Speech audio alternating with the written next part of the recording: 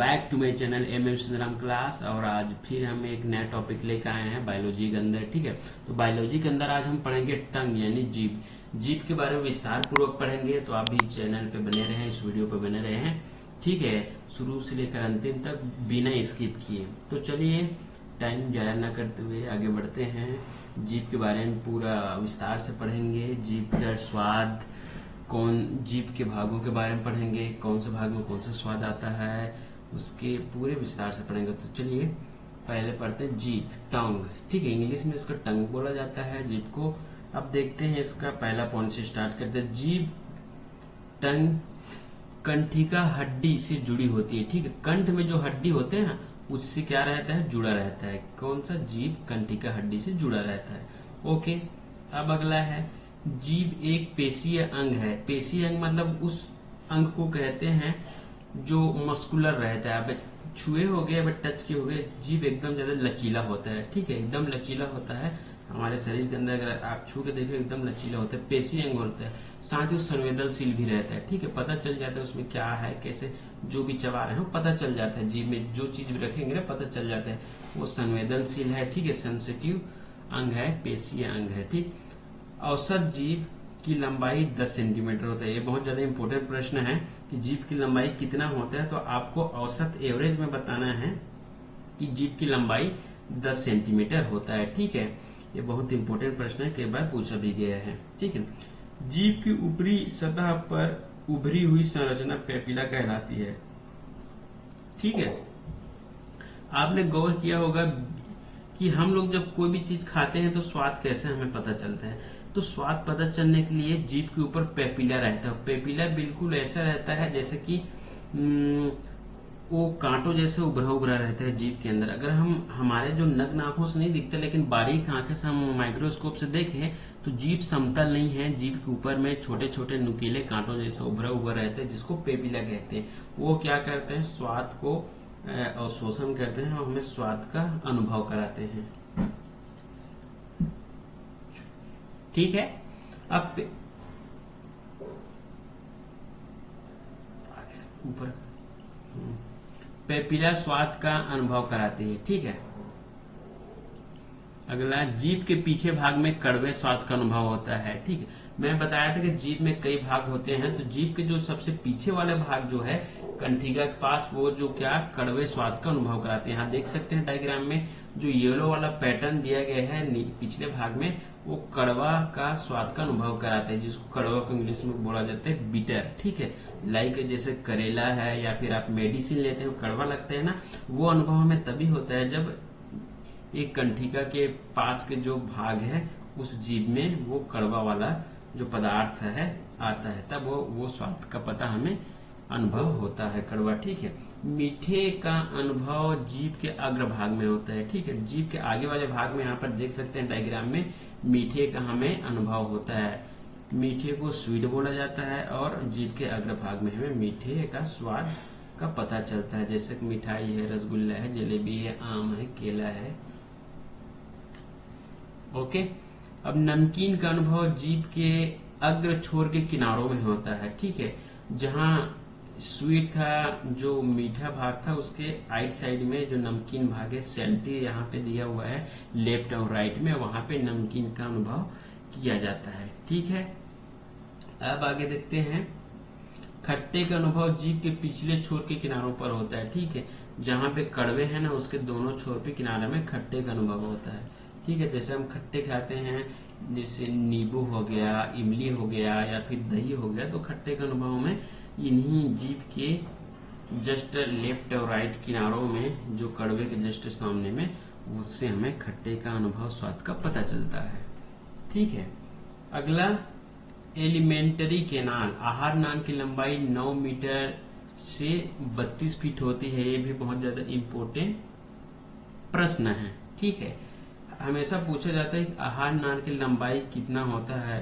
ठीक है, उसका साइज कितना होता है, उसका लेंथ कितना होता है। तो आपको याद रखना है माइंडसेट में कि उसकी जो लंबाई है 9 मीटर से 32 फीट होती है। ठीक है डियर स्टूडेंट, अब अगला है एलिमेंट्री कैनाल आहार नाल की शुरुआत मुख गुहा से होती है और गुदा तक जाकर अंत होता है। मुख गुहा मतलब मुख से जब हम ऐसा भोजन ग्रहण करते हैं वहां से मुख गुहा शुरुआत होता है। आहार नाल के ऐसे मुख में जब भोजन रखते हैं वहां से मुख गुहा, और वहां से पाचन क्रिया और शोषण डायरेक्ट जाके मल त्याग होता है, वहां गुदा द्वार तक इसका अंत होता है। ठीक है, तो यही है मुख गुहा से गुदा द्वार। अब सलाइवा ग्लैंड, लार ग्रंथि के बारे में विस्तार से अध्ययन करते हैं, जो बहुत ज्यादा इंपॉर्टेंट भूमिका निभाता है हमारे पाचन क्रिया में। ठीक है स्टूडेंट, तो इसको भी आप ध्यान से पढ़ें, अपने मस्तिष्क में बिठाते चले, ताकि आपको आने वाले प्रत्येक एग्जाम में काम आएगा। तो देखते हैं, मनुष्य के मुख गुहा में 3 प्रकार की लार ग्रंथियां पाई जाती है। कौन कौन से? पहला है सबलिंगुअल ग्रंथियां यानी सबलिंगुअल ग्लैंड। दूसरा है सबमैंडिब्यूलर ग्रंथियां यानी सबमैंडिब्यूलर ग्लैंड। एंड थर्ड है पैरोटिड ग्रंथियां यानी पैरोटिड ग्लैंड। ओके, इसके बारे में विस्तार से पढ़ते हैं वो 1 by 1। तो पहला है पैरोटिड ग्लैंड। ठीक है, पैरोटिड ग्लैंड, पैरोटिड लार ग्रंथि है। ये जो पैरोटिड लार ग्रंथि सबसे बड़ी लार ग्रंथि होती है, जो कर्णमूल या पैरोटिड लार ग्रंथि है। ठीक है, मतलब आपको याद रखना है कि ये जो पैरोटिड लार ग्रंथि सबसे बड़ी लार ग्रंथि होता है। कई बार भी प्रश्न में पूछा गया है, आईएमपी क्वेश्चन है, आपको याद रखना है। What is the biggest saliva gland of human? अगर आपको पूछा जाए तो आपको बताना है कि पैरोटिड ग्रंथि, ठीक है, यानी parotid gland is the biggest saliva gland of human body. Okay, आपको ये चीज याद रखना है। यह कान के पास उपस्थित होता है। ठीक है, आपके दोनों कान के जस्ट अंदर लगा रहता है। आप देख सकते हैं डायग्राम में, कान के जस्ट नीचे पैरोटिड ग्लैंड है और सबसे बड़ा है। डायग्राम में अभी देख सकते हैं 3 प्रकार के, तीनों में सबसे बड़ा पैरोटिड ग्लैंड आपको दिख रहा है। ठीक है, आगे बढ़ते हैं हम लोग। सांप में पैरोटिड ग्लैंड विष ग्रंथि में परिवर्तित हो जाती है। याद रखिए कि जो सांप में, स्नेक में जो रहता है ना, स्नेक सांप, जिससे दंशन के सभी तरफ डर और कहर रहता है, तो सांप में जो पैरोटिड ग्लैंड होता है विष ग्रंथि में परिवर्तित हो जाता है। ठीक है, सांप की लार ग्रंथि विष ग्रंथि में परिवर्तित हो जाता है। और मेढक और व्हेल मछली में लार ग्रंथि नहीं पाई जाती। याद रखना, मेढक और व्हेल मछली में लार ग्रंथि नहीं पाई जाती, ये भी इम्पोर्टेंट क्वेश्चन है। और सांप के विष ग्रंथि में परिवर्तित हो जाती है, ये भी इम्पोर्टेंट क्वेश्चन है, दोनों की याद रखिए। ठीक है, अब है अपना दूसरा लार ग्रंथि, सबलिंगुअल लार ग्रंथि, सबलिंगुअल ग्लैंड। तो ये सबसे छोटी लार ग्रंथि है। ओके, सबलिंगुअल सबसे छोटी लार ग्रंथि है। सबलिंगुअल ग्लैंड जीभ के निचले तरफ उपस्थित होती है। जीभ के नीचे तरफ सबलिंगुअल जो ग्लैंड होता है उपस्थित रहता है। ठीक, यहाँ देख सकते हैं सबलिंगुअल ग्लैंड सबसे छोटी ग्रंथि है और जीभ के जस्ट नीचे में उपस्थित है। ठीक है, सबलिंगुअल ग्लैंड, सबलिंगुअल लार ग्रंथि। ओके,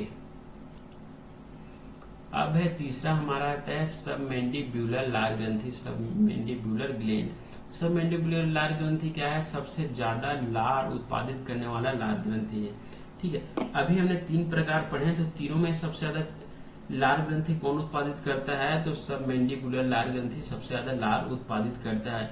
और लार क्या करता है? भोजन को फिसलने में और लुगदी बनाने में मदद करता है, ताकि वो आसानी से हमारा स्टमक यानी कि कुंडली तक पहुंच सके बिना किसी रुकावट के। ठीक है, वो भी पाचन में भी सहायता करता है। ठीक है, अब सबमैंडिब्यूलर जो ग्लैंड है निचले वाली जबड़े के नीचे होता है। ठीक है, निचले जबड़े आपने सभी देखा, अपने मुंह में से खोलो तो निचले जबड़े होते हैं, इसके नीचे स्थित होता है। ओके,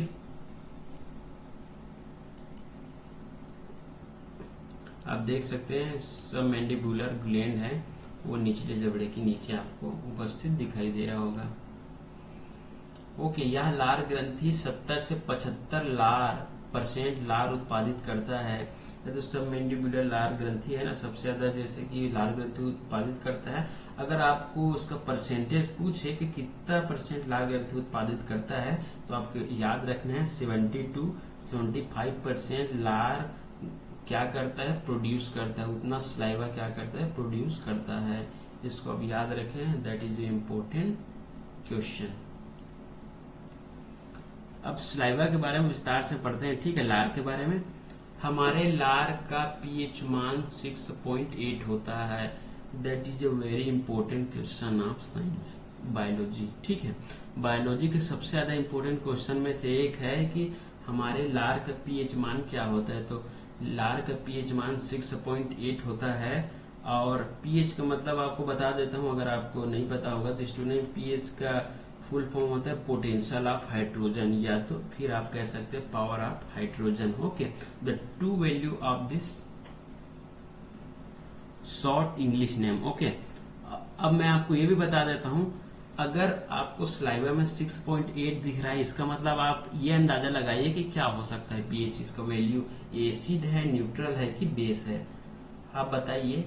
तो ये जो स्लाइवा का 6.8 इसका पीएच वैल्यू है, इसका मतलब है कि हमारा लार क्या रहता है, एसिडिक होता है, ठीक है, एसिडिक होता है। सेवन में हमेशा पीएच मान में न्यूट्रल रहता है, और सेवन के आगे का जो रहता है मान वो रहता है बेच में, और सेवन से जो कम जितना भी रहता है वो एसिडिक रहता है, ठीक है। आपको इस चीज को ध्यान में रखते चलना है। इसकी जो प्रकृति होती है अम्लीय होती है, देखिए मैं बताया था, इसकी जो प्रकृति होती है, नेचर होता है अम्लीय होती है, अल्कली होती है, ठीक है। लार में 98% जल होता है। लार पानी है, मतलब 98% जल होता है, लेकिन हल्का सा चिपचिपा होता है लार, ठीक है। इसमें 98% जल ही होता है। लार स्टार्च के मंड के पाचन में मदद करता है, स्टार या मंड के पाचन में मदद करता है, ठीक है। जब भी हम भोजन करते हैं तो भोजन को जैसे मुंह में रखते हैं तो जीभ पलटने का काम करता है, और लार उसमें मिल जाता है, उसको लुगदी बनाने का काम करता है, जिससे भोजन आसानी से फिसलते हुए हमारे स्टमक यानी अमाशय तक पहुंच जाता है बिना किसी रुकावट के, ठीक है स्टूडेंट। लार में पाए जाने वाला एंजाइम स्लाइवरी इमाइलेज या टाइलिन एंजाइम है, जो भोजन में उपस्थित स्टार्च को मल्टोज में परिवर्तित करता है, ठीक है। इसको याद रखिए, ये भी इंपॉर्टेंट क्वेश्चन। स्टार्च को मल्टोज में परिवर्तित करता है क्या, तो स्लाइवरी इमाइलेज, ठीक है। स्लाइवरी इमाइलेज या टाइलिन एंजाइम क्या करते हैं, भोजन में उपस्थित जो स्टार्च को मल्टोज में परिवर्तित करता है। इंपॉर्टेंट क्वेश्चन है, देखते हैं। एंजाइम एक प्रकार का प्रोटीन होता है, ठीक है। आपको कई लोग ऐसे स्टूडेंट हैं जो शायद तक साइंस के नहीं है, उनको ये अच्छे से गांठ मान लेना है, दैट इज अदर स्ट्रीम के बच्चे हैं यहाँ पे अगर पढ़ रहे हैं तो देखिए, एंजाइम एक प्रकार का प्रोटीन होता है, ठीक है। प्रोटीन एंजाइम में आप डिफरेंस ना समझे, एंजाइम बोले तो एक प्रकार का प्रोटीन होता है, ठीक है, जो भोजन के डाइजेशन में मदद करता है, पाचन में मदद करता है, ठीक है। पाचन जब होता है ना हमारे पेट में भोजन का, तो उसमें मदद करता है, सहायता करता है। लाइसोसोम लार में उपस्थित वह एंजाइम है जो बैक्टीरिया को मारने का काम करता है। अब लाइसोसोम के बारे में आपको विस्तार से बताता हूँ। एक चीज आप याद रखिए, आपने कभी कोशिका पढ़े होंगे, क्या पढ़े होंगे, कोशिका। कोशिका में आपने एक चीज पढ़े होंगे, कोशिका में रहता है माइटोकॉन्ड्रिया है, लाइसोसोम है, वैक्यूल्स है, गोल्गी बॉडी है, और सेंट्रियोल है, उसके बाद है सेंट्रियोल, सेंट्रीसियोम, कई प्रकार के सेल वाला रहते हैं, उसी कोशिका में पाए जाते हैं कि लाइसोसोम, ठीक है। तो वही इस प्रकार का लाइसोसोम है वो। ये लाइसोसोम क्या करता है, ये बैक्टीरिया को मारने का काम करता है। कोशिका में क्या करता है, इसे लाइसोसोम का आत्महत्या की थैली कहा जाता है। कोशिका में इसको आत्महत्या की थैली इसलिए कहा जाता है क्योंकि कई प्रकार के जो वो उसमें कोशिका रहता है पदार्थ, लिक्विडाइजेशन, उसको क्या करता है, ये लाइसोसोम उसको नष्ट कर देता है, ठीक। इसीलिए कोशिका में लाइसोसोम को आत्महत्या की थैली कहा जाता है। बिल्कुल उसी प्रकार से लार में या एंजाइम क्या करता है, बैक्टीरिया को मारने का काम करता है, ठीक है।